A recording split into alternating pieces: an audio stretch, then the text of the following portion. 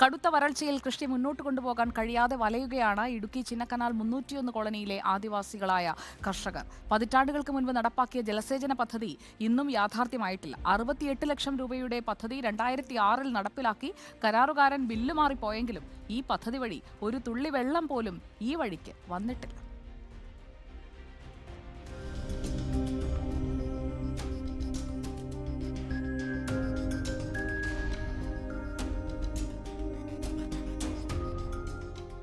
എല്ലാവിധ അടിസ്ഥാന സൗകര്യങ്ങളും വാഗ്ദാനം ചെയ്ത് 2003-ലാണ് ഇടുക്കി ജില്ലയിലെ വിവിധ മേഖലകളിൽ ഉണ്ടായിരുന്ന ആദിവാസി കുടുംബങ്ങളെ ഇവിടെ പുനരധിവസിപ്പിച്ചത്.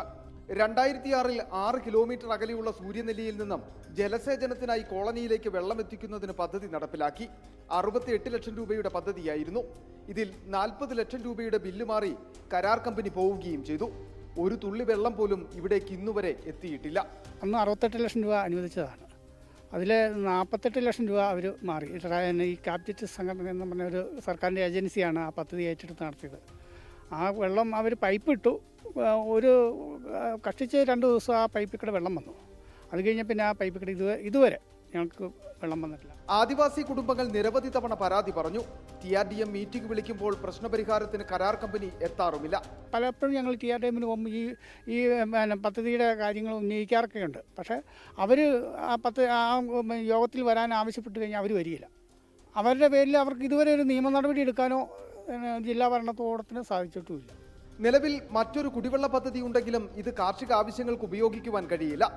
ജലസേചനത്തിന് മറ്റു മാർഗങ്ങളില്ലാത്തതിനാൽ കാർഷിക മേഖല ആകെ കരിഞ്ഞുണങ്ങുകയാണ്. ഏലവും കാപ്പിയും കുരുമുളകും കടുത്ത വരൾച്ചയിൽ കരിഞ്ഞുണങ്ങിക്കഴിഞ്ഞു. ഇതോടെ ഇല്ലാതായത് ആദിവാസി കുടുംബങ്ങളുടെ ഏക വരുമാന മാർഗം കൂടിയാണ്. ആദിവാസികളുടെ ഉന്നമനത്തിന് വേണ്ടി കേന്ദ്ര സംസ്ഥാന സർക്കാരുകളുടെ നിരവധി പദ്ധതികളുണ്ടെങ്കിലും അത് പ്രായോഗികമായി നടപ്പിലാക്കുന്നില്ല എന്നതിൻ്റെ ഏറ്റവും ഒടുവിലത്തെ ഉദാഹരണമാണ് 301 കോളനിയിലെ ജലസേചന പദ്ധതി. വീഡിയോ ജേർണലിസ്റ്റ് ജിതിൻ ജോസഫിനൊപ്പം reporter Sandeep Rajakkad, in reporter, Idukki.